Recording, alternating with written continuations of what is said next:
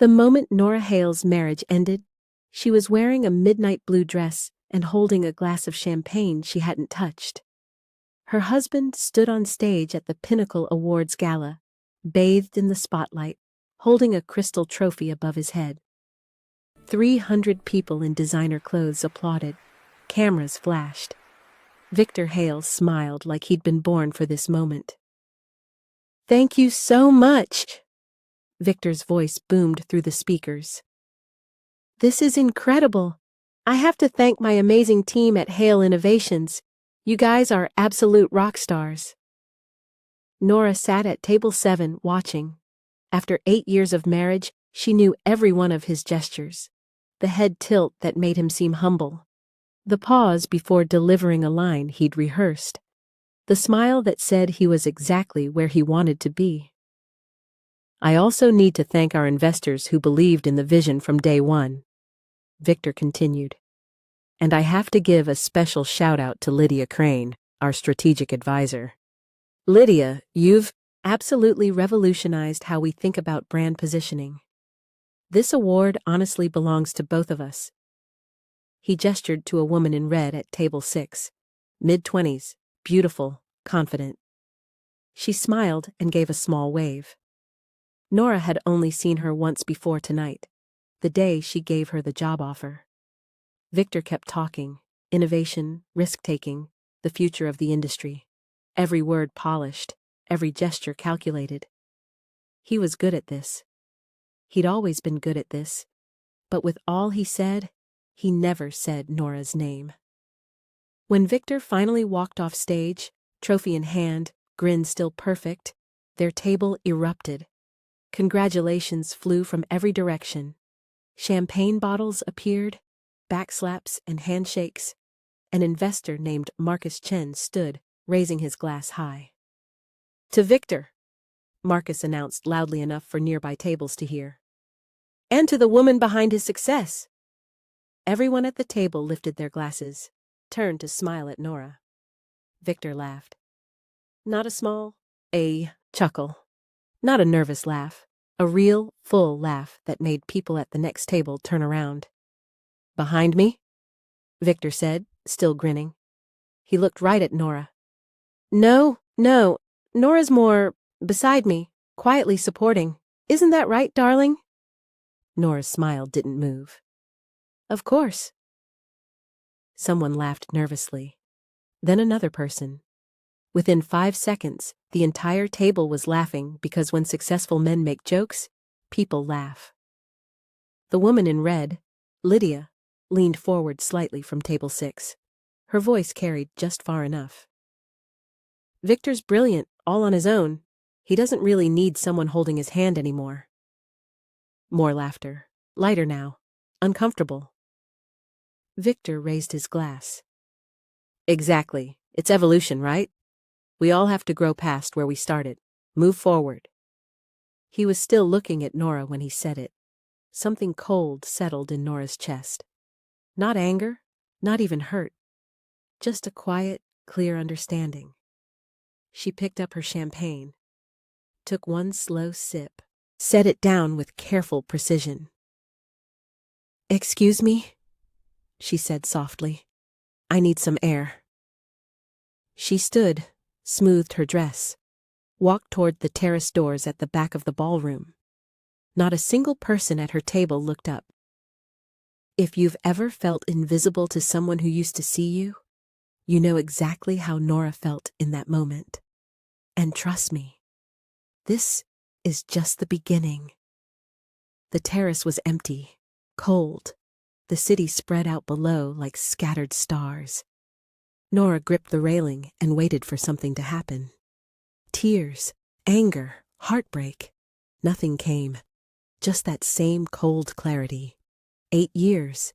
She'd given Victor 8 years, built his company with him from nothing, created the systems that made everything work, maintained the client relationships, fixed his mistakes before they became disasters. And he'd just dismissed her in front of 300 people like she was nothing. The door opened behind her.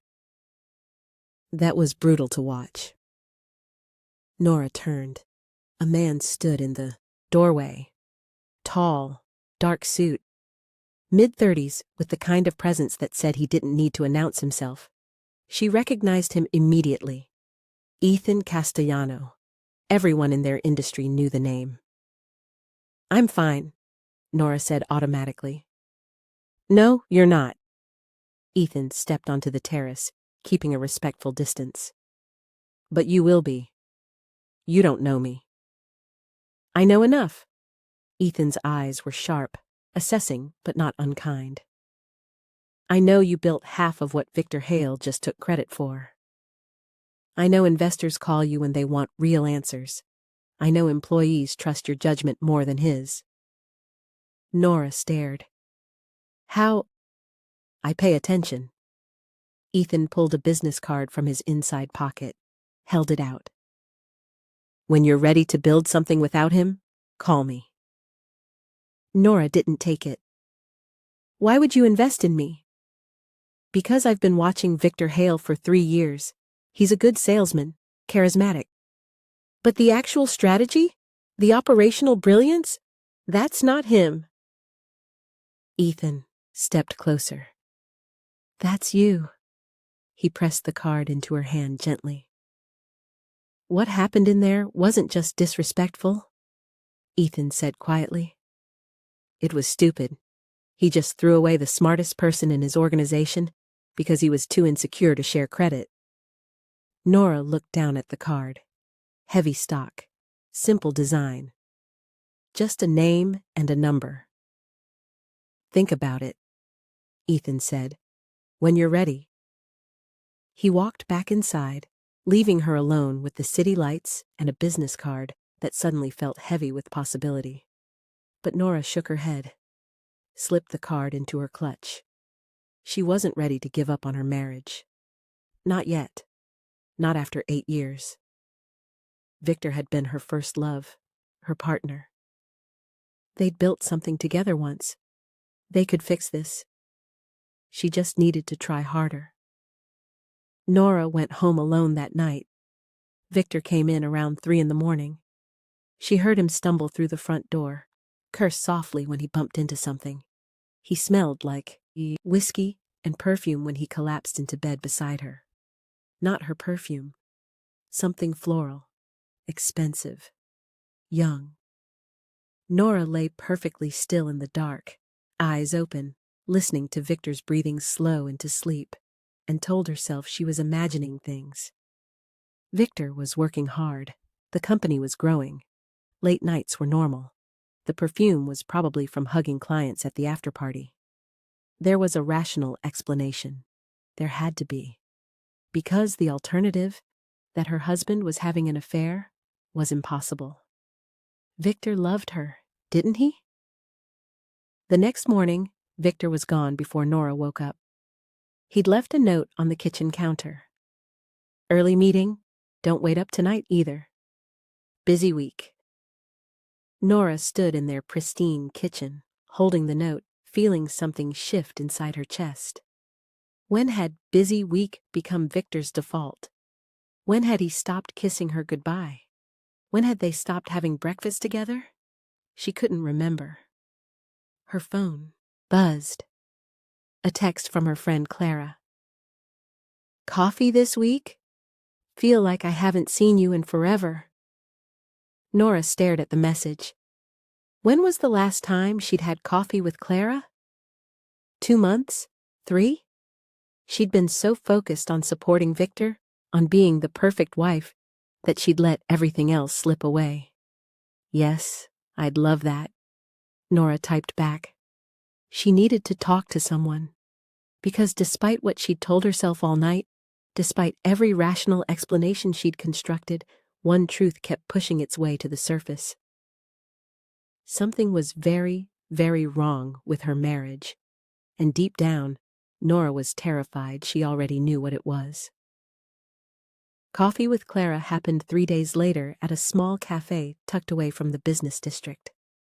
The kind of place where nobody cared about networking or being seen. Clara arrived first. Mid-30s, sharp eyes, the kind of friend who'd known Nora since college. Since before Victor. Since before everything got complicated. You look exhausted, Clara said as Nora slid into the booth. Thanks. That's exactly what every woman wants to hear. I'm serious. Clara leaned forward. When's the last time you slept properly? Nora picked up the menu even though she always ordered the same thing. I sleep fine. Nora? I do. Then why do you have bags under your eyes? Why did you lose weight? Why haven't I seen you in 3 months? Nora set down the menu, looked at her oldest friend, and felt something crack. I think Victor's cheating on me. The words hung in the air between them. Clara didn't look surprised. That was somehow worse than if she'd gasped or denied it. How long have you suspected? Clara asked quietly. I don't know. Months? Maybe longer? Nora's hands twisted together. He comes home late. Sometimes he doesn't come home at all. He smells like perfume that isn't mine. He's always on his phone, texting someone, smiling at messages he won't show me. Have you asked him about it? What am I supposed to say? Hey, honey, are you sleeping with someone else? He'll just deny it. Tell me I'm being paranoid. Make me feel crazy for even thinking it. Clara reached across the table, took Nora's hand. You're not crazy, and you're not paranoid. Trust your gut. But what if I'm wrong?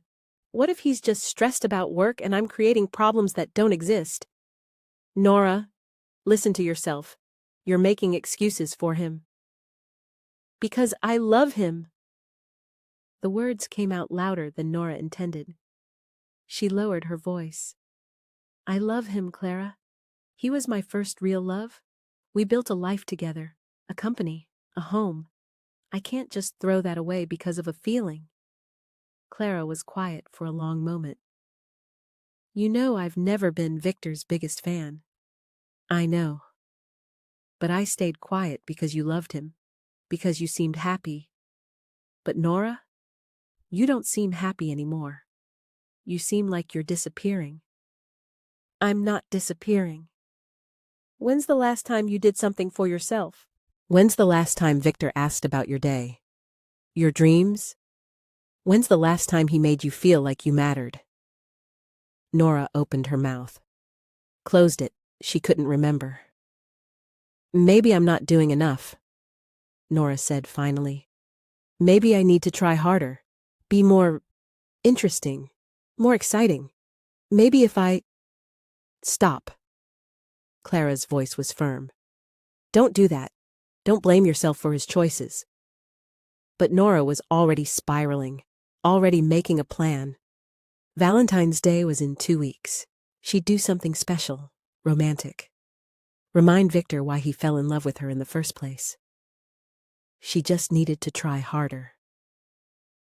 The next 2 weeks blurred together. Nora threw herself into being the perfect wife. She cooked Victor's favorite meals, wore dresses he used to compliment, tried to initiate conversations about things he cared about. Victor barely noticed. One night, Nora wore a black dress that used to make Victor stop whatever he was doing. She'd made reservations at the restaurant where he'd proposed. Victor came home at 9, loosened his tie, barely glanced at her. I'm exhausted, he said. Rain check? I made reservations. Cancel them. I need to sleep. He walked past her, went upstairs, was snoring within 20 minutes. Nora stood in the kitchen in her black dress, makeup perfect, heart cracking. The next morning, she tried again, made his favorite breakfast, brought it to him in bed. I'm running late, Victor said, barely looking at the tray. Just leave it. He was out the door in 15 minutes.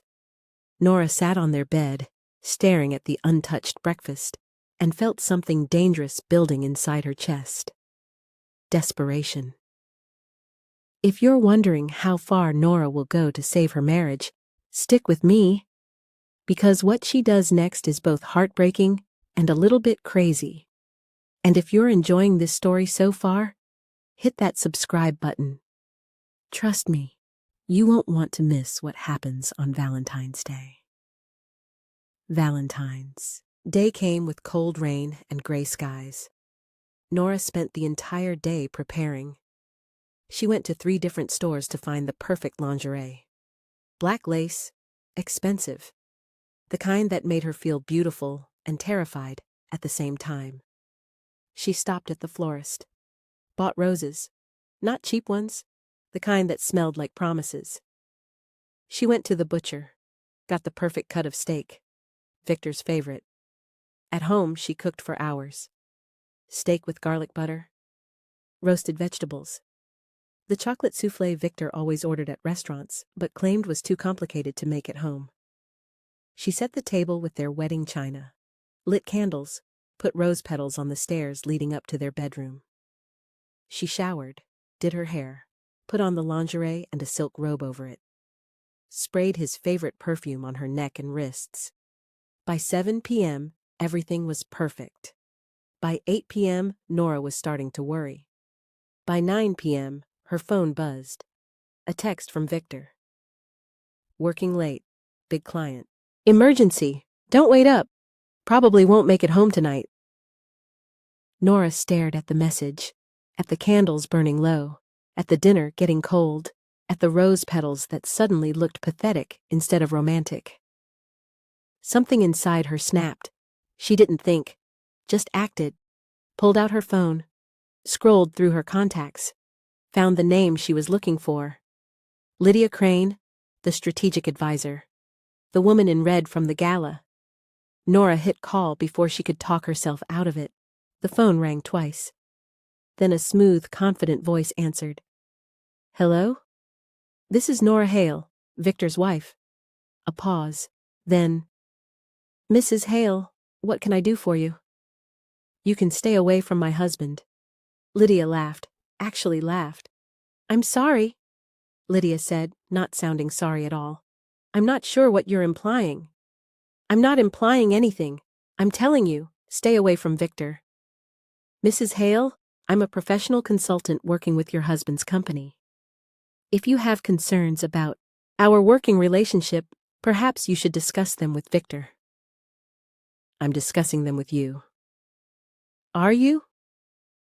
Lydia's voice turned cold, sharp.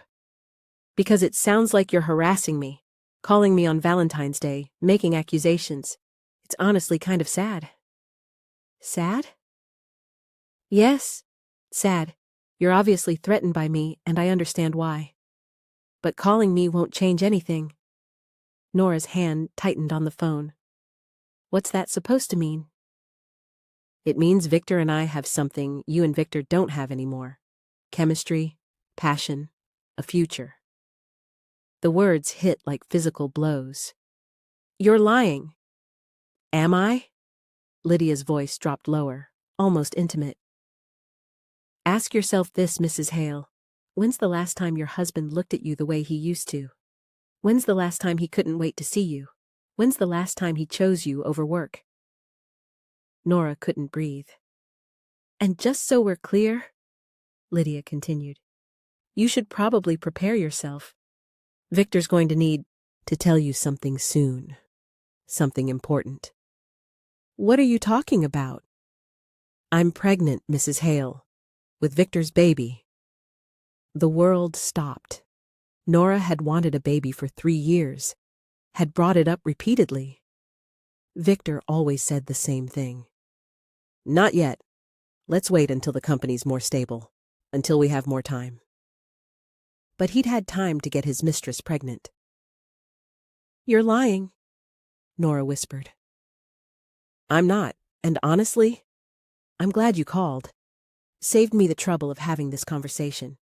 Victor's been putting it off, trying to spare your feelings, but you deserve to know the truth. Lydia paused. Let it sink in. He's leaving you. The paperwork's already in motion. He's just been too much of a coward to tell you himself. So there, now you know. Happy Valentine's Day. The line went dead. Nora stood in her kitchen, surrounded by roses and candles and cold steak, wearing lingerie under a silk robe, holding a phone that felt like a weapon. Pregnant. Lydia was pregnant with Victor's baby. Something feral and desperate clawed its way up Nora's throat. She couldn't stay here, couldn't look at the rose petals and the wedding china, and the evidence of her pathetic attempt to save a marriage that was already dead.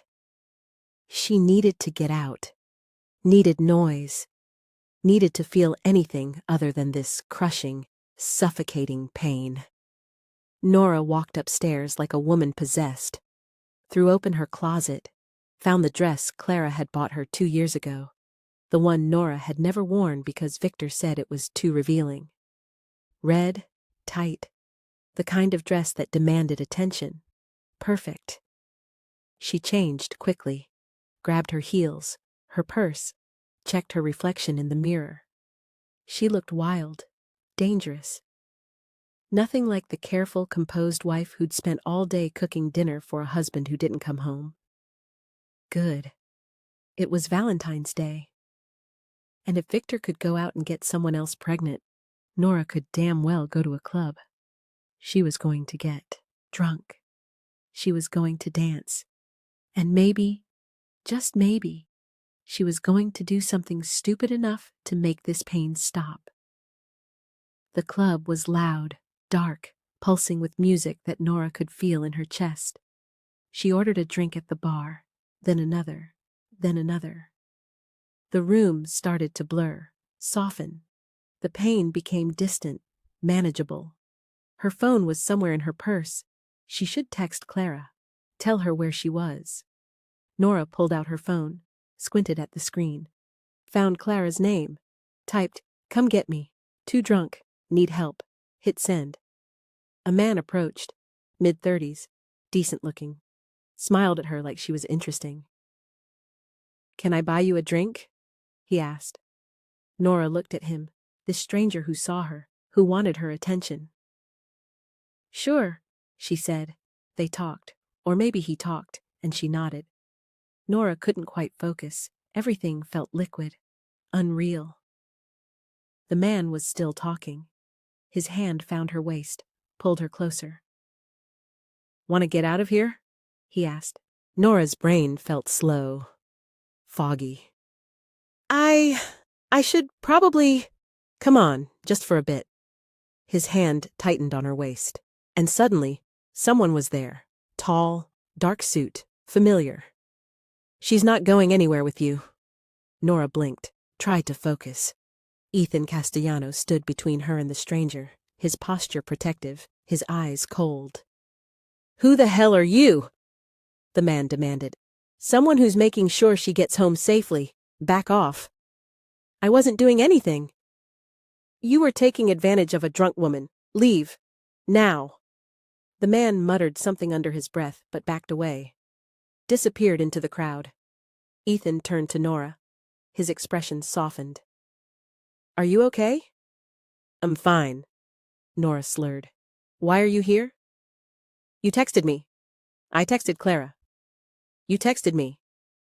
Ethan showed her his phone.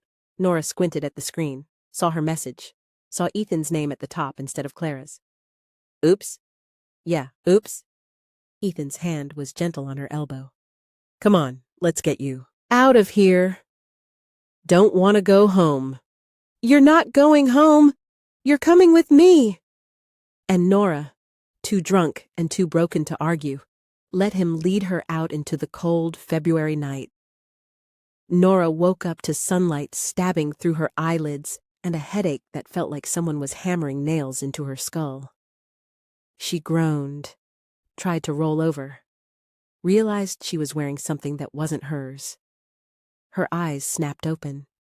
White ceiling, unfamiliar room, expensive sheets that felt like silk against her skin. She sat up too fast. The room spun, her stomach lurched. She was wearing a man's dress shirt, white, expensive. It smelled like cedar and something clean, masculine, and she was in her lingerie underneath. No, no, no, no. Nora threw off the covers, looked around frantically. This wasn't her bedroom. This was a hotel suite. Huge, luxurious, floor-to-ceiling windows with a view of the entire city. Where was she? How did she get here? She pressed her hands to her face. Tried to remember? The club? The drinks? The man who'd gotten too close? And then? Ethan.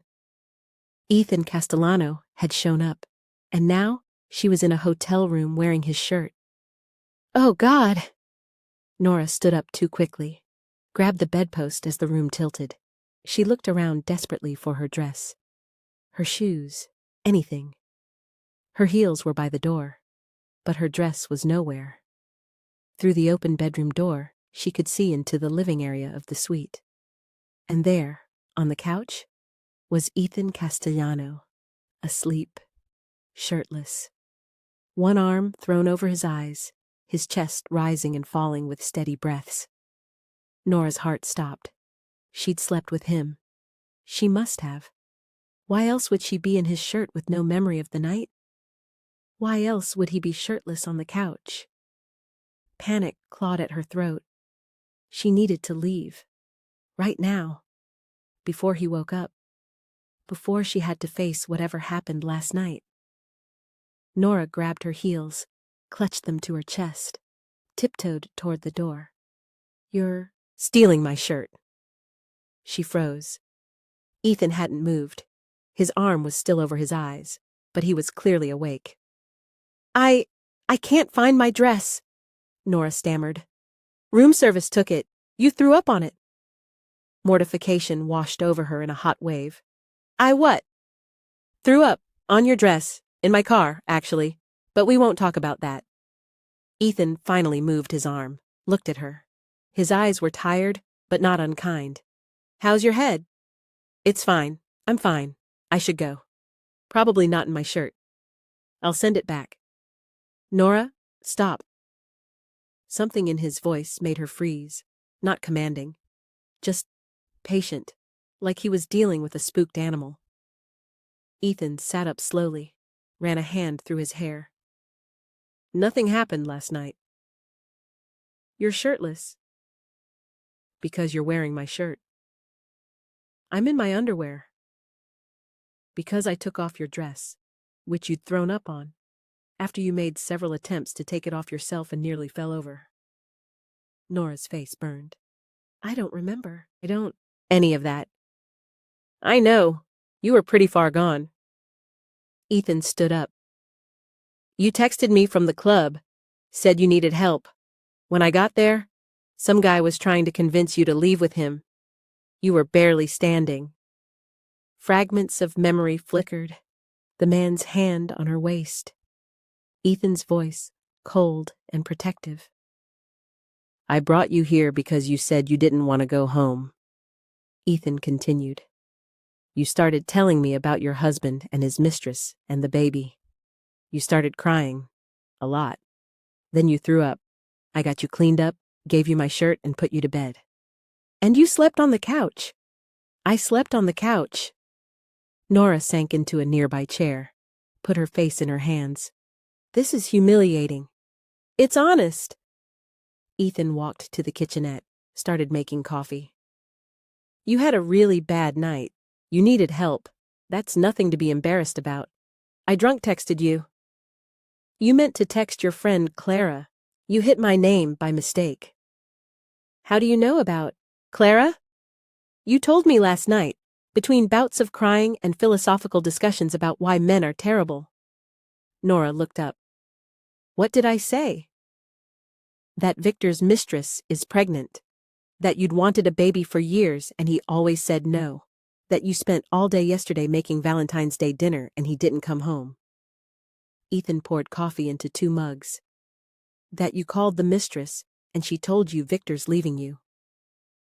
The words hung in the air. It all came out. Ethan said quietly. Everything you've been holding in. Nora felt tears prick her eyes. I sound pathetic. You sound like someone whose husband is an idiot. You don't even know him. I know enough. Ethan brought her a mug of coffee, sat down across from her. I know he has a wife who's brilliant and loyal, and he's throwing it away for someone who's using him. I know he doesn't deserve you. You don't know me either. I know you built his company. I know you've been covering for him for years. I know you're still making excuses for him even now. Nora wrapped her hands around the warm mug. He was my first love. First loves aren't always meant to be forever loves. That's easy for you to say. Is it? Ethan's voice was quiet. I was married once, 10 years ago. Isabella. She was beautiful, charming, everything I thought I wanted. Nora looked up. She'd heard rumors about Ethan's divorce. The industry loved to gossip, but she'd never heard it from him. We were married for 5 years, Ethan continued. Then our prenup expired. She filed for divorce the next week, asked for half of everything, said she never loved me, just loved what I could give her. I'm sorry. Don't be. She taught me something valuable. People show you who they are. You just have to be willing to see it. He looked at Nora steadily. Your husband is showing you who he is. Question is, are you willing to see it? Nora's throat tightened. I don't want to. I know. If I see it, I have to accept that the last 8 years were a lie. That the man I loved never really existed. That I wasted the best years of my life on someone who doesn't value me. Or, Ethan said softly, you could accept that you gave 8 years to someone who didn't deserve them, and now you get to take the rest of your life back. A tear slid down Nora's cheek, then another. Ethan handed her a tissue box without comment. They sat in silence while Nora cried. Not the desperate, drunken tears from last night, but quiet, grieving tears. The kind that came from finally admitting a truth you'd been running from. After a while, Nora wiped her face, looked at Ethan. Why are you being so nice to me? Because someone should be. You don't owe me anything. No, but I owe it to myself to be the kind of person who helps when someone needs it. He stood up, walked to a closet, pulled out a shopping bag. I had my assistant pick these up this morning. Your size. Nothing fancy, just something so you don't have to do the walk of shame in my shirt and your heels? Nora looked in the bag. Jeans, a soft sweater. Simple, but clearly expensive. You didn't have to. I know, but you needed them. So I did.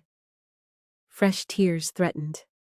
When was the last time someone had anticipated her needs without her having to ask? Thank you, Nora whispered. You're welcome. Ethan checked his watch. I have a meeting in an hour. You're welcome to stay here as long as you need. Order room service, take a bath, whatever helps.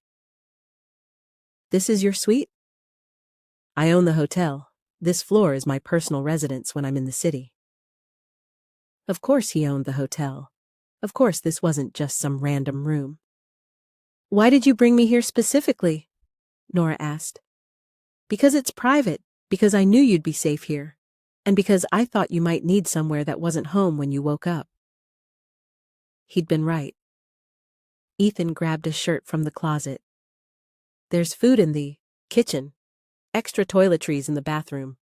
Security won't let anyone up without my permission, so you won't be disturbed. Ethan. He paused. Why are you doing all this? He looked at her for a long moment. His expression was hard to read. Something between respect and something else. Something that made Nora's heart skip. Because you reminded me of something last night, Ethan said finally. In between telling me why you hate men and why chocolate is better than love. I said that? You said a lot of things, but you said one thing that stuck with me. He moved toward the door. You said, I just want someone to see me, really see me. Not who they want me to be, just me. Nora's breath caught. I see you, Nora. I have since the first time we met, and I think you deserve someone who sees you too." He left. The door clicked shut softly behind him. Nora sat alone in a billionaire's private suite, wearing his shirt, holding a bag of clothes he'd bought her, and felt something shift in her chest. Something dangerous and terrifying, and maybe, just maybe, like hope. Nora spent the morning in Ethan's suite trying to piece herself back together. She showered, changed into the clothes he'd bought her, ordered coffee and toast from room service because her stomach couldn't handle anything else. She stared at her phone for 30 minutes before finally turning it on. 17 missed calls from Victor. 8 text messages. She read them in order. "Where are you?" "Nora, answer your phone. This isn't funny. If you're trying to make a point, you've made it. We need to talk." "Stop being childish. I'm worried. Please call. Fine. Stay gone. See if I care." The progression from concern to anger was almost funny. Almost. There was one message from Clara. "Are you okay? Call me when you can." Nora called Clara. "Oh, thank God!" Clara answered immediately. "Where are you? Are you safe?" "I'm safe. It's a long story." "Did you go home? Last night?" "No." "Where are you?" "A hotel." A pause. "Alone?" "Yes. Well, now I am. It's complicated." "Nora? Victor's mistress is pregnant?" Silence on the other end. "She called me?" "No, wait. I called her. I called Lydia last night and she told me. She's pregnant with Victor's baby." "Gosh. I went to a club. I got really drunk. I almost did something incredibly stupid, and then—" Nora hesitated. "Ethan Castellano showed up." "Wait, the billionaire?" "I meant to text you. I texted him by mistake. He came and got me. Brought me to his hotel. Nothing happened." Nora added quickly. "He slept on the couch. He was kind." Clara was quiet for a moment. "What are you going to do?" "I don't know." "Yes, you do." Nora closed her eyes. "I can't stay with him, can I? Not after this." "No, sweetie, you can't. But leaving feels impossible." "I know. But staying will kill you. Maybe not physically, but the woman you are? She'll disappear. And one day, you'll wake up and not recognize yourself." Nora looked around the suite, at the city sprawling below, at the life she could see from here, bigger, broader, full of possibility. "I'm scared," she whispered.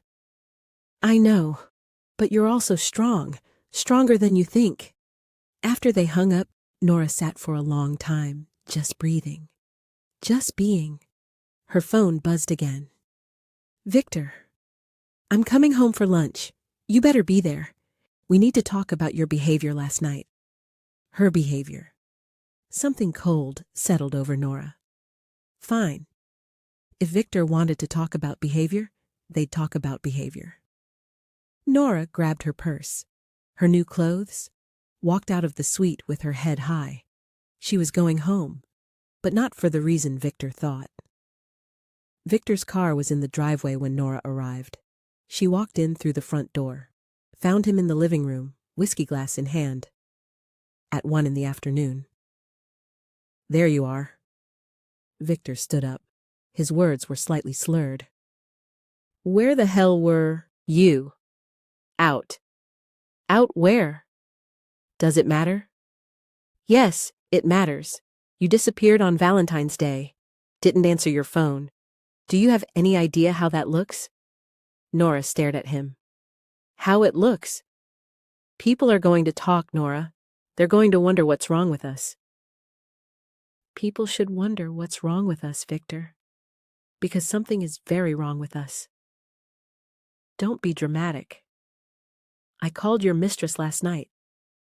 Victor's face went white. "What?" "Lydia. I called her. She told me she's pregnant with your baby." Victor set down his glass. "Nora, is it true?" Silence. "Victor, is it true?" "It's complicated." It's a yes or no question. Victor ran his hands through his hair. Yes. Okay? Yes. She's pregnant. The confirmation hit harder than Nora expected, even though she'd known. Hearing him say it made it real. How long? Nora asked. Her voice was eerily calm. What? How long have you been sleeping with her? Does it matter? Yes. 6 months. Maybe 7. 7 months. While Nora had been planning their anniversary. While she'd been supporting his company. While she was busy being the perfect wife. I want a divorce, Nora said. Don't be ridiculous. I'm not being ridiculous. I want a divorce. Because of one mistake? Nora, people work through this. One mistake? Nora's voice rose. You've been having an affair for 7 months. You got her pregnant. You humiliated me at the gala. You came home on Valentine's Day, and I wasn't here, and you didn't even wonder if something was wrong with me. Instead, you wondered what people would think. You're overreacting, and you're drunk at 1 in the afternoon. Victor's face hardened. Where were you last night? He asked, trying to flip the script on her like he was allergic to accountability. I told you, out. Out where? With who? Why do you care? Because you're my wife. Really? Because you haven't treated me like your wife in a very long time. Victor moved closer, his eyes narrowed. You smell like cologne, men's cologne. So, what if I do? So what? Victor grabbed her arm, hard. Did you sleep with someone? Let go of me. Answer the question. Did you have sex with someone last night? Is that where you were? Let go of me, Victor. Not until you answer. I said let go. Nora yanked her arm free, stumbled back. Victor's face was twisted, ugly. You did, didn't you? You're a whore. My wife is a whore. He picked up his whiskey glass, threw it. Nora flinched. The glass sailed past her head, shattered against the wall behind her. Whiskey and broken glass everywhere. Silence. Victor stared at the wall, at what he'd just done. Nora? Don't. I didn't mean... Yes, you did. Nora walked upstairs on shaking legs, went into their bedroom, pulled out a suitcase, started packing.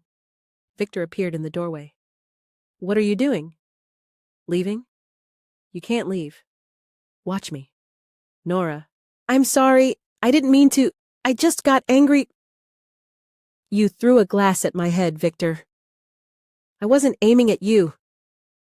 You threw a glass at my head. Nora spun around. You grabbed me. You called me a whore. You've been cheating on me for 7 months, and somehow you're angry at me? Victor's face crumpled. Please don't leave.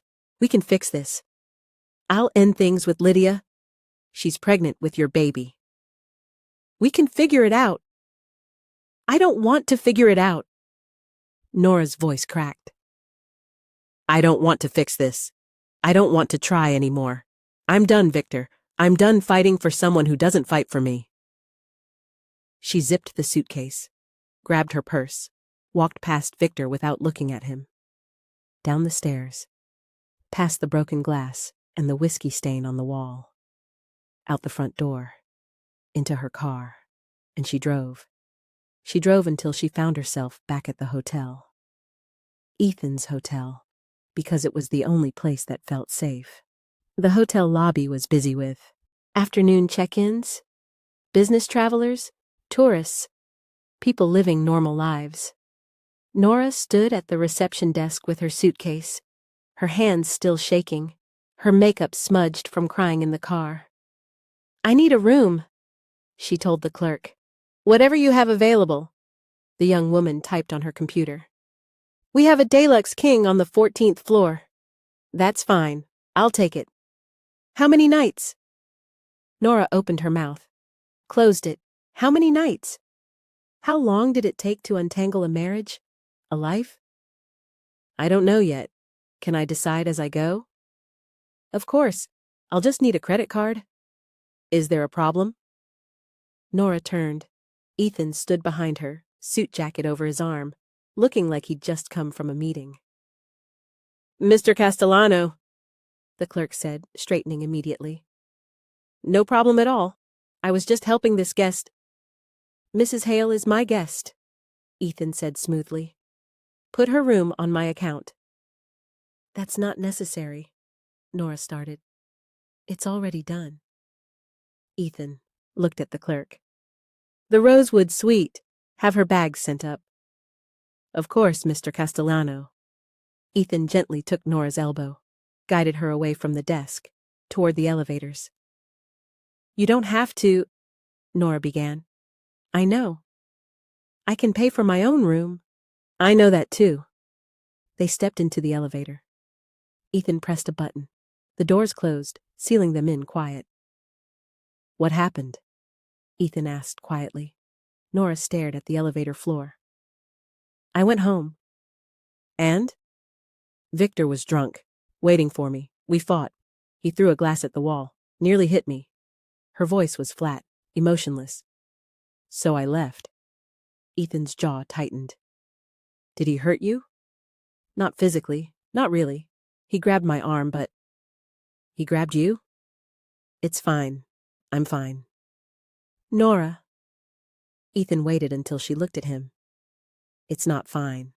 None of this is fine." The elevator doors opened. They walked down a quiet hallway. Ethan used a key card to open a door at the end.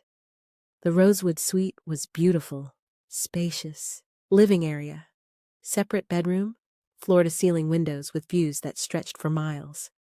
Soft grays and warm woods, the kind of space that felt like peace. "This is too much," Nora said. "It's what I have available." "Ethan, stay." He turned to face her. "Stay here as long as you need, a week, a month, however long it takes to figure things out." "Why are you doing this?" "Because you need help, and I can help. That's enough." Nora felt tears threatening again. "I can't keep accepting your charity." "It's not charity. It's—" Ethan hesitated. "Call it an investment in someone who deserves better than what she's been getting."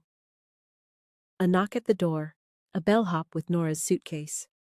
After he left, Nora stood in the middle of the suite feeling lost. Unmoored. Like everything solid had turned to water. "I don't know what to do now," she said quietly. "Now?" Ethan set down his jacket. "Now you breathe. You take a shower. You order room service. You let yourself feel whatever you need to feel without someone telling you you're wrong for feeling it. And tomorrow? Tomorrow you take the next step, whatever that is. I don't know what the next step is. Then we'll figure it out together." Together. The word felt foreign and comforting at the same time. "I should let you get back to work," Nora said. Ethan checked his watch. "My next meeting isn't until 7. I could stay for a bit, if you want company, or I can go if you'd rather be alone." Nora looked at him. This man who kept showing up when she needed help, who asked instead of assuming, who gave her choices instead of making them for her. "Stay," she said. "Please." They sat on opposite ends of the couch, not touching, just existing in the same space. "Can I ask you something?" Nora said after a while. "Anything." "That night at the gala, when you gave me your card, you said you'd been watching me. Why?" Ethan was quiet for a moment. 3 years ago, I sat in on a board meeting for a company I was considering investing in. Victor was there, pitching a partnership. He was impressive, charismatic, said all the right things. But when the board started asking difficult questions about risk management, about operational capacity, he faltered, started giving vague answers. Then you spoke. Nora remembered that meeting. Victor had asked her to come for support. She'd ended up fielding half the questions. "You knew the answers to everything," Ethan continued. "You had data memorized, You understood the risks and had mitigation strategies ready? You spoke for maybe 5 minutes total, but you said more in those 5 minutes than Victor said in 45. He didn't like that I spoke up. I noticed, saw him shoot you a look, saw you go quiet for the rest of the meeting, and I thought, that's the person I should be talking to, not him. Her. Why didn't you? Because you were clearly loyal to Victor, and I thought maybe I was reading the situation wrong. Maybe you were happy in the background. Some people are. Ethan looked at her. But I kept watching, at conferences, other meetings, and I saw the pattern. You building, him taking credit, you fixing things, him pretending they never broke. You saw all that? I pay attention to people, especially brilliant people. He paused. My ex-wife taught me something. She married me for my money, pretended to love me for 5 years. I thought I was supposed to be angry about that. Betrayed. You weren't? I was relieved, because it meant I could trust my instincts again. When someone shows you who they are through their actions, not their words, believe them. He looked at Nora steadily. You show up, you deliver, you build things that last. Victor takes credit and makes excuses. Those are your actions. That's who you both are. Nora felt something crack open in her chest. No one's ever said that to me before. Then no one's been paying attention. If you're rooting for Nora to finally choose herself, you're going to love what happens next. Make sure you're subscribed so you don't miss how this story unfolds. Because Ethan's about to make an offer that changes everything. They talked until the sun started setting. About everything, about nothing. Ethan told her about building his first company in his 20s. The failures that came before the success. The pressure of having money when everyone wanted something from you. Nora told him about meeting Victor. About believing they were building something together. About the slow, painful realization that she'd become invisible. I wanted a baby, Nora said at one point. For 3 years, I asked. Victor always said we should wait. Said the company needed more time. Said we weren't ready. And now his mistress is pregnant. Yeah. Nora laughed bitterly. Turns out we weren't ready. I wasn't ready. He was ready with someone else. That says everything about him and about nothing about you. Does it? Maybe I wasn't enough. Maybe if I'd been more exciting, more... Stop. Ethan's voice was firm but gentle. You're doing it again, blaming yourself for his choices. It's hard not to. I know, but his affair isn't about you lacking something. It's about him lacking character. Nora looked out at the city, at the lights starting to twinkle as darkness fell.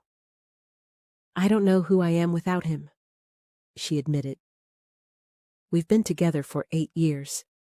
He's been my entire adult life, my identity, my purpose. Who am I if I'm not Victor Hale's wife?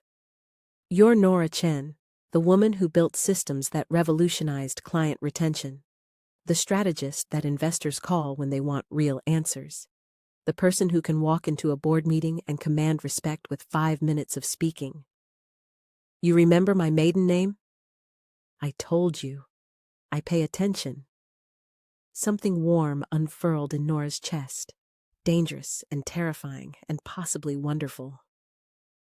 You should reclaim it, Ethan said. What? Your name. When you divorce him. Don't keep his name. Take yours back. Nora had never considered that. She'd been Nora Hale for so long. The idea of being anyone else felt impossible.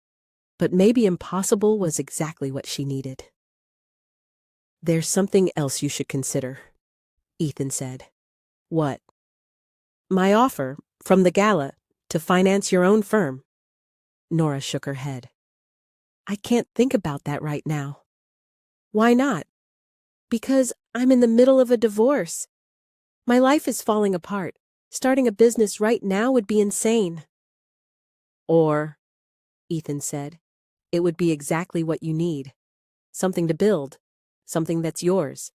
A reason to wake up that isn't about him. I don't have the headspace. You do. I've seen you think through complex problems while your entire world was crumbling. If you can do that, you can do this. Why do you believe in me so much? Because someone should. And because I'm selfish. Nora blinked. What? I'm selfish, Ethan repeated.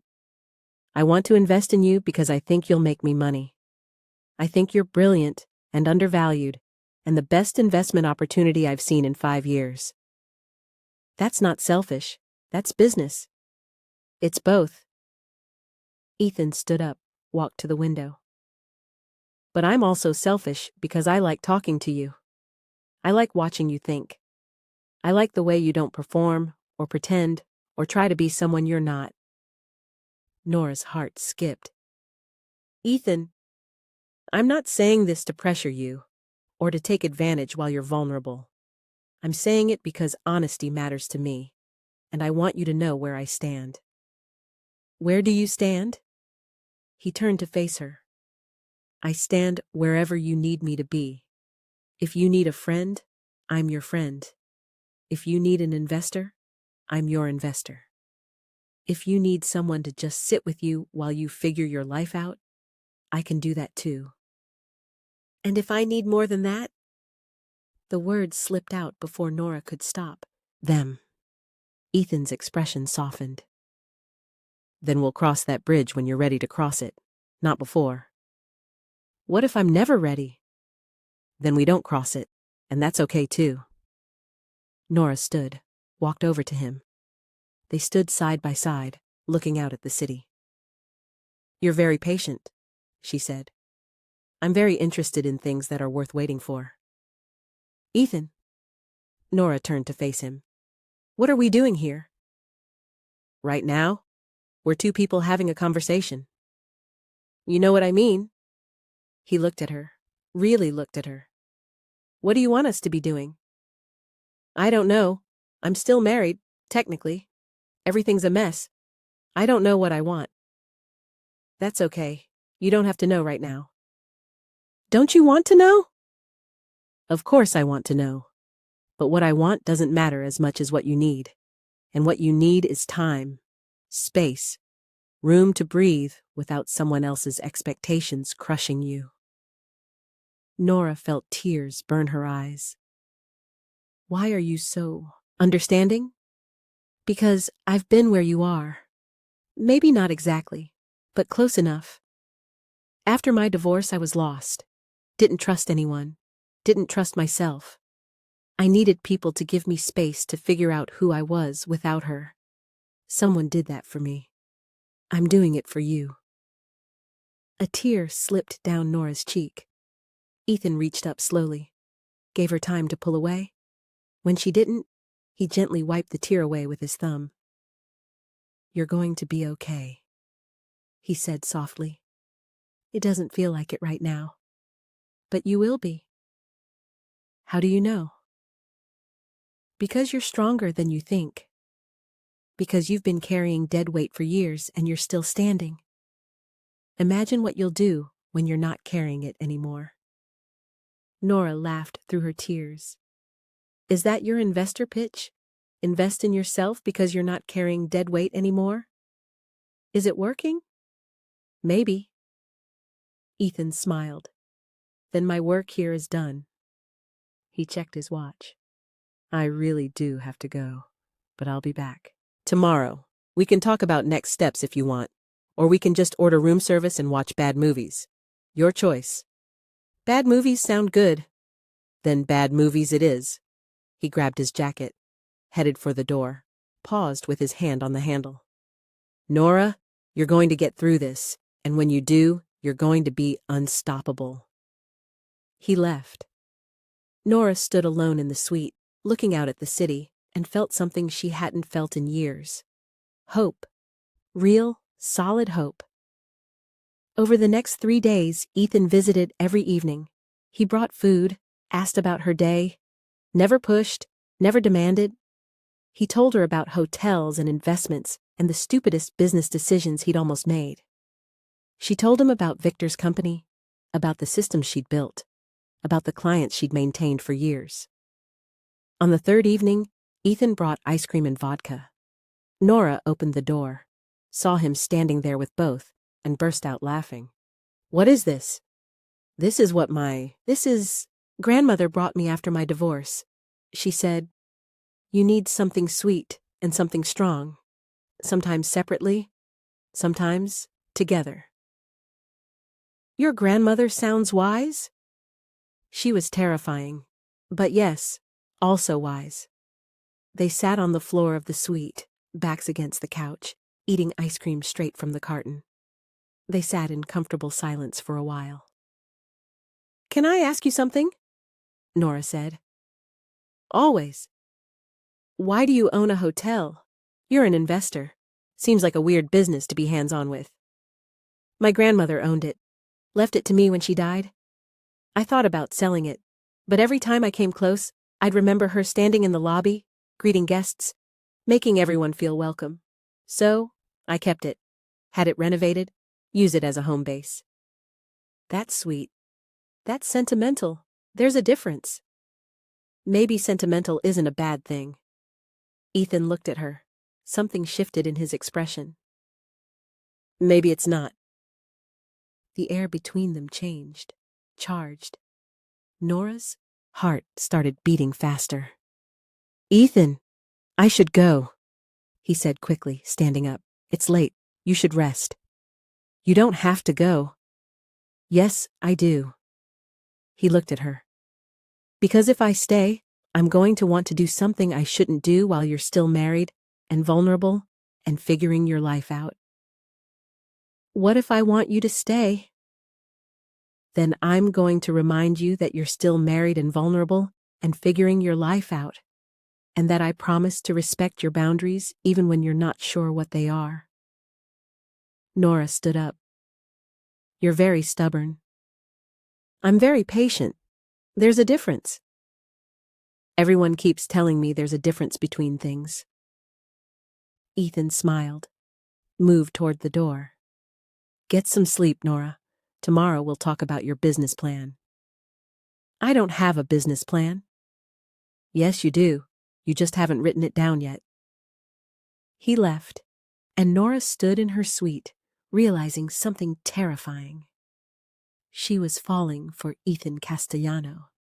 And, for the first time in a long time, that didn't feel like a mistake. The next morning, Nora woke up to a text from her lawyer. "Divorce papers ready to file. Just need your signature.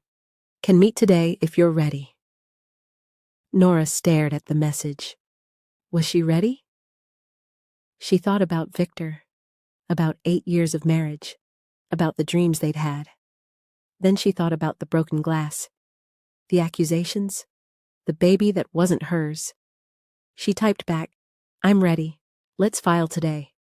It was time to close one chapter, so she could start writing the next one. Nora signed the divorce papers in a conference room with views of the city she was learning to see differently.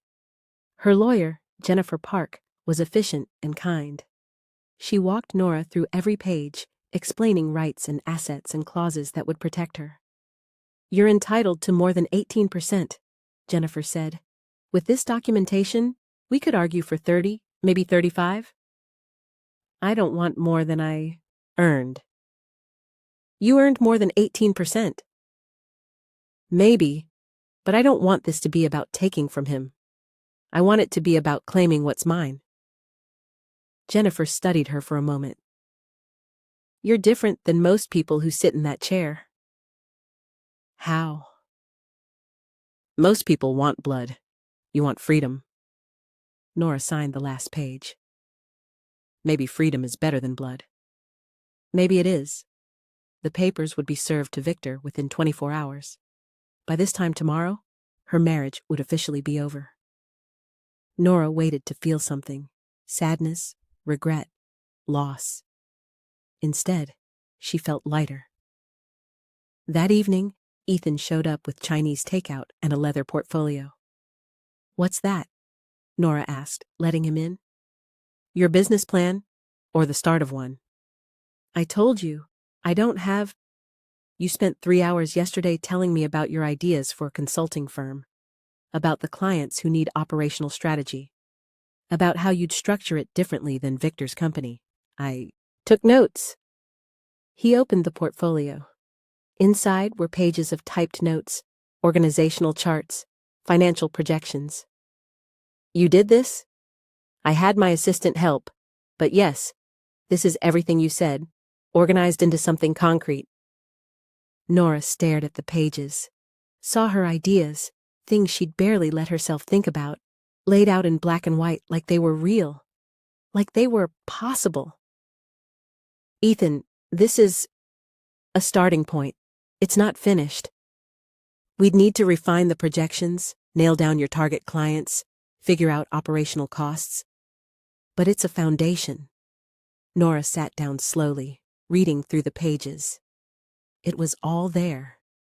Everything she'd dreamed about but never thought she could actually do. "Why did you do this?" she asked quietly. "Because you needed to see it. Needed to see that it's not just a fantasy. It's viable, real, possible. You believe in this that much?" "I believe in you that much." Nora looked up at him. "What if I fail?" "What if you don't?" "That's not an answer. It's the only answer that matters." Ethan sat down across from her. "You're asking the wrong question. The question isn't, what if I fail? The question is, what if I don't try? What if I don't try and I'm safe?" "Safe from what? More disappointment? More failure?" Ethan leaned forward. "You've been playing it safe for 8 years. How's that working out?" The words stung because they were true. "I'm scared," Nora admitted. "Good. Fear means it matters. You should be scared." "That's not comforting." "It's not supposed to be. It's supposed to be honest." Ethan pulled out another document. "This is a term sheet, $2 million in initial funding. I take 20% equity. You maintain controlling interest and operational authority. Standard investor protections for both of us." Nora stared at the paper. "You're serious?" "Completely serious. This is real money, a real investment." "Yes. What if the company fails? What if I lose your money?" "Then I lose $2 million. I've lost more on worse bets." Ethan met her eyes. "But I don't think you'll fail. I think you're going to build something extraordinary, and I want to be part of it." Nora's hands trembled slightly as she picked up the term sheet. Read through it carefully. It was fair, more than fair. It gave her control while protecting both of them. "I need time to think about this," she said. "Take all the time you need. The offer doesn't expire." "Don't you have other investments? Other opportunities?" "Dozens, but none of them are you." The words hung between them. "Ethan." Nora set down the paper. "What are we doing here?" "What do you mean?" "This, all of this, the hotel suite, the business plan, the term sheet, the ice cream and vodka and late-night conversations. What is this?" Ethan was quiet for a long moment. "What do you want it to be?" "I don't know. I just signed divorce papers this morning. My life is in pieces. I don't know if I'm ready for whatever this is." "Then we're not anything? We're just two people who enjoy each other's company, who talk about business and life and bad movies. Is that enough for you?" "For now, yes." Ethan stood up. "When it's not enough anymore, for either of us, we'll talk about it. But right now, you need space to figure out who you are without him. I'm not going to complicate that." "What if I want you to complicate it?" Ethan smiled sadly. "Then I'm going to remind you that you're vulnerable and possibly making decisions based on gratitude or loneliness or a dozen other things that aren't actually about me. You think I can't tell the difference? I think you're human, and humans sometimes confuse rescue with romance. Is that what you think this is? You rescued me, so now I'm confused? I think you're brilliant and strong and going through hell, and I think you deserve someone who waits until you're sure. Really sure. Not just grateful or lonely or running from one relationship into another. Nora stood up, walked over to him. What if I told you I'm sure right now? Then I'd say you're lying. To yourself and to me. How do you know? Because 4 days ago, you were making Valentine's Day dinner for a husband you were trying to win back. Because 3 days ago, you were crying over the fact that he got his mistress pregnant. Because 2 days ago, you were saying you don't know who you are without him. Nora flinched. That's not fair. It's honest. Ethan's voice was gentle. I'm not saying you can't feel things. I'm saying you need time to process what you feel before you act on it. And if I don't want time, then I want it for both of us. He picked up his jacket. I should go. You're always leaving. Because I'm trying to do the right thing, even when it's hard. What if the right thing is staying? Ethan stopped, turned back. Nora, do you have any idea how much I want to stay? Then stay. I can't. Why not? Because you're not ready, and because I refuse to be a rebound.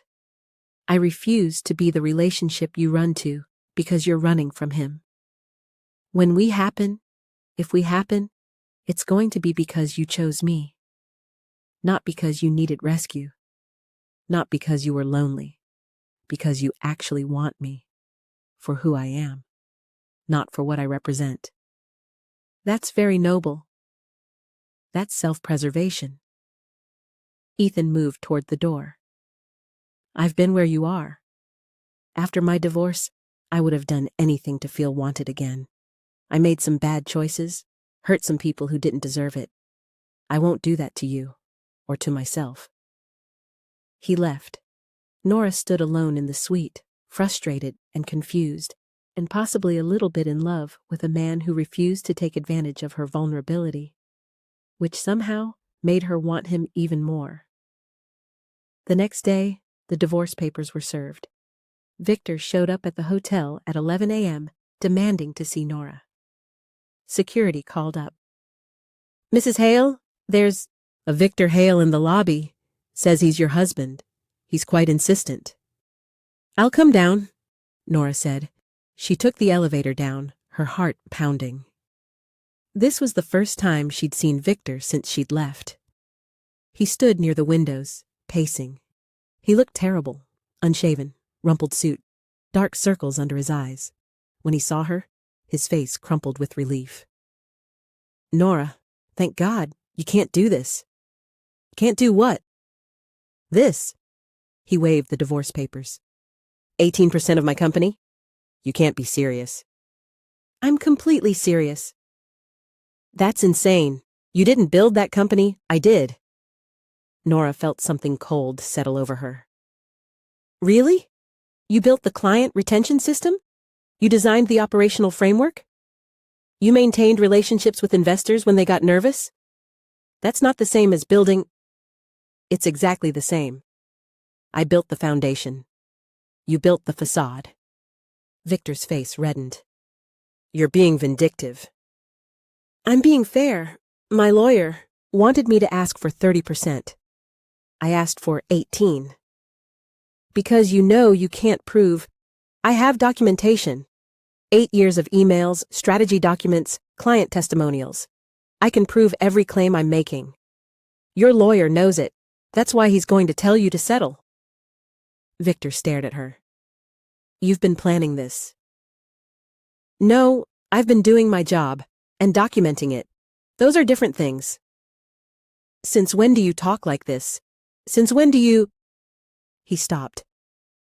It's him, isn't it? Him, who? That man, the one from the club. The one whose cologne you came home wearing. This is because of him. This has nothing to do with anyone else. This is about you and me. You're sleeping with him. That's none of your business. You're my wife. Not for much longer. You'll get the papers finalized in 6 weeks. 8 at most. Victor grabbed her arm. Nora, please, don't do this. I made a mistake. I'm sorry. We can fix this. Let go of me. We can work through this. Let go of me. A security guard started moving toward them. Victor dropped her arm. You're making a huge mistake. No, I made a huge mistake 8 years ago. I'm fixing it now. You're going to regret this. The only thing I regret is not doing it sooner. Nora turned to walk away. I love you, Victor called after her. She stopped, turned back. No, you don't. You love what I do for you. You love having someone who makes you look good, but you don't love me. You don't even see me. That's not true. What do I want, Victor? Silence. What's my favorite book? What's my biggest fear? What do I dream about when I let myself dream? Victor opened his mouth, closed it. You don't know?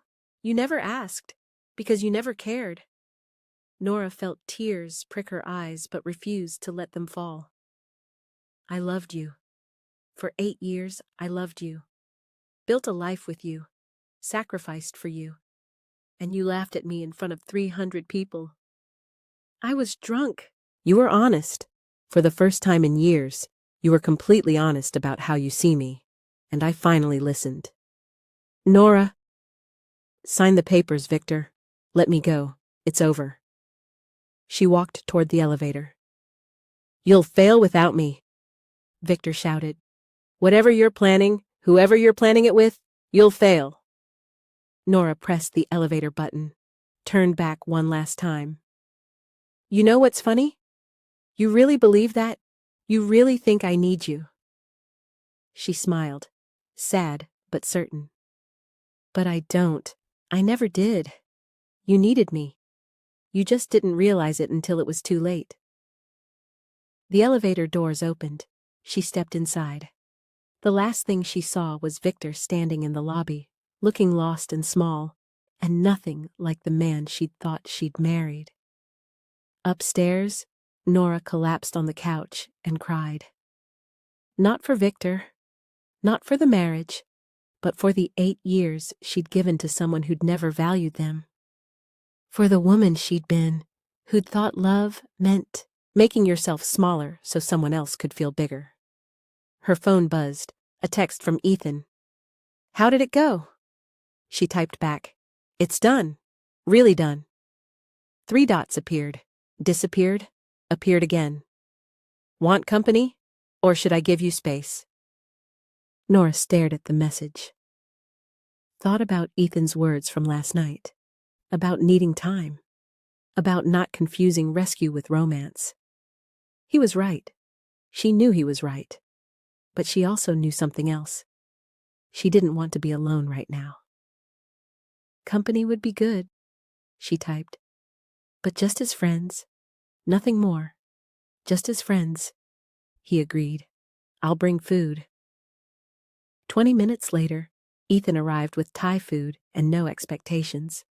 They sat on the couch, eating pad thai straight from the containers, watching a terrible action movie that neither of them paid attention to. He asked if I was sleeping with you, Nora said during a commercial. What did you tell him? That it was none of his business. Is that what you believe? Yes, but... Nora set down her food.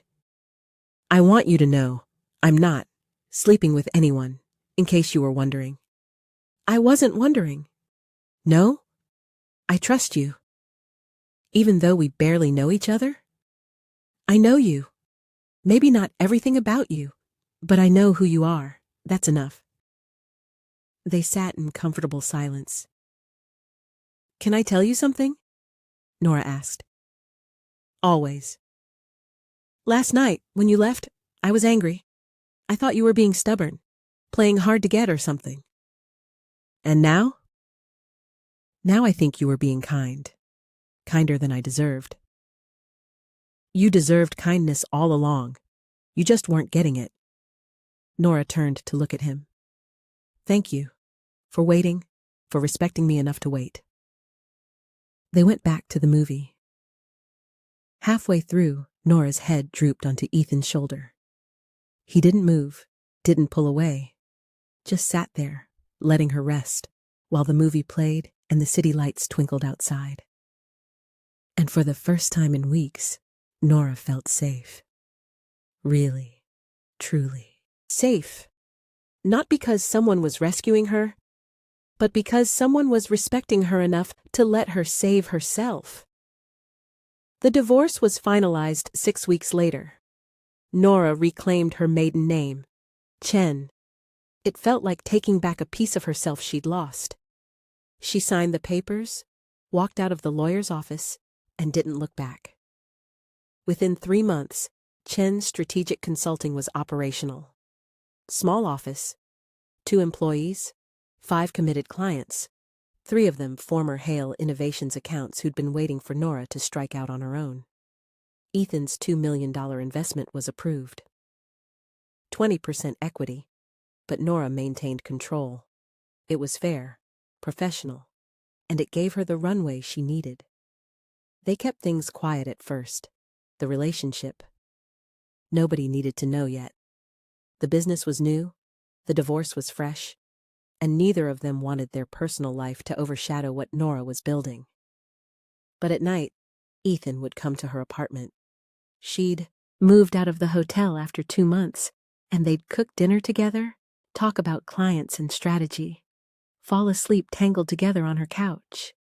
It was simple, easy, right. For the first time in years, Nora felt like she could breathe.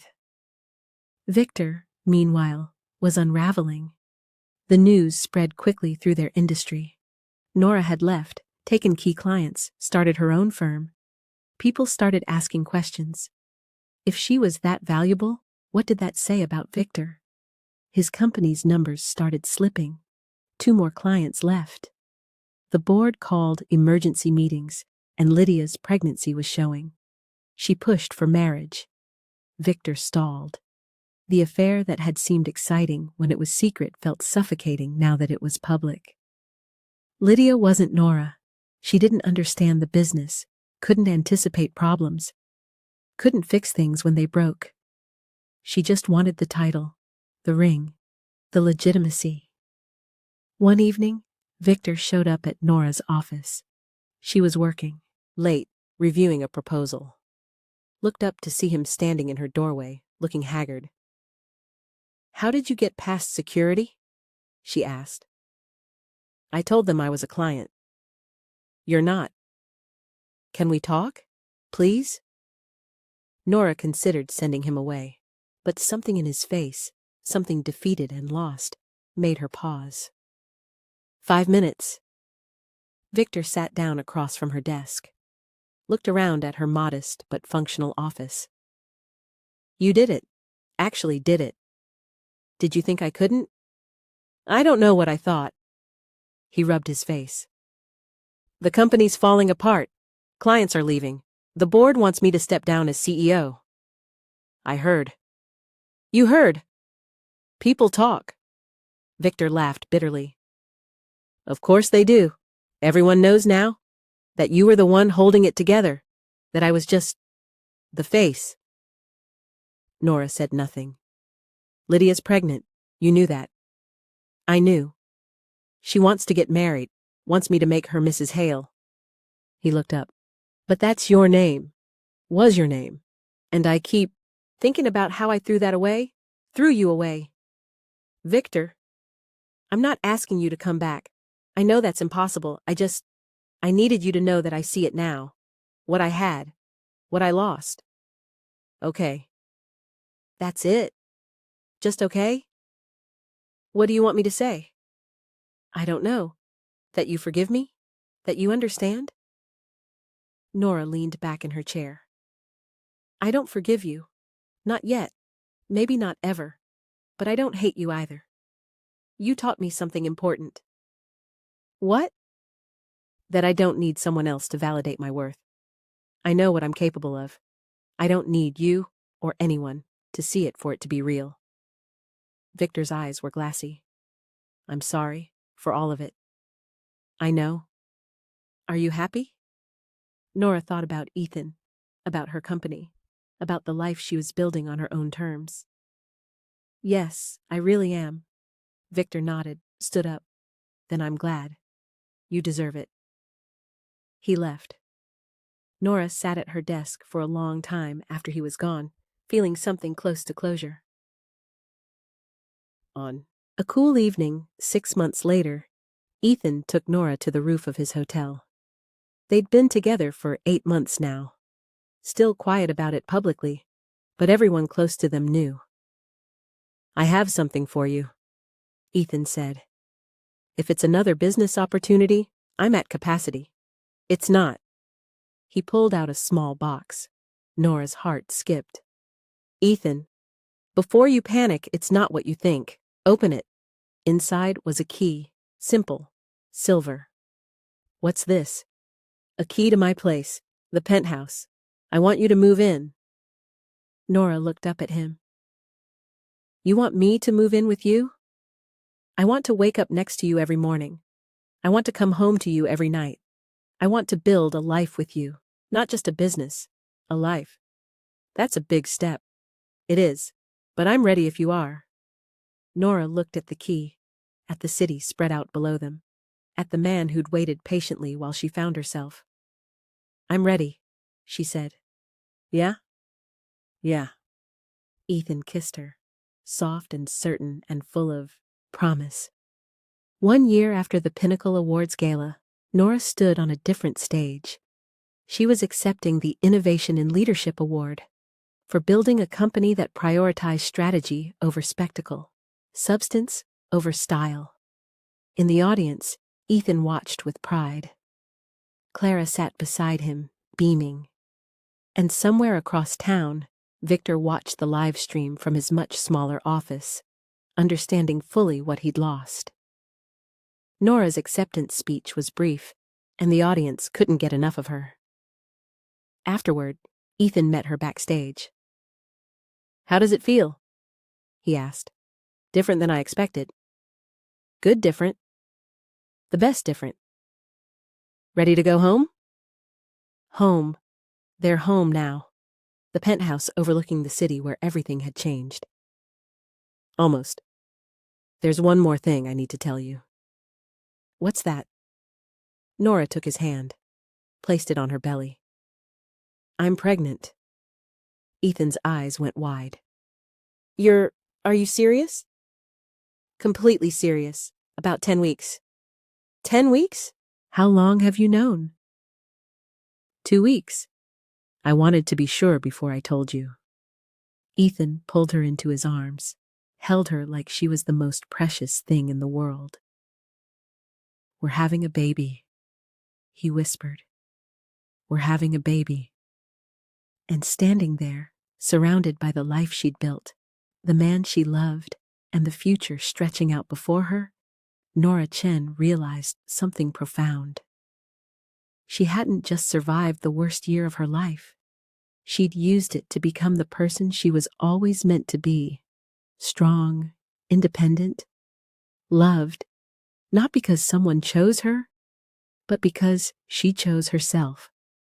And everything else followed. Hope you enjoyed this story.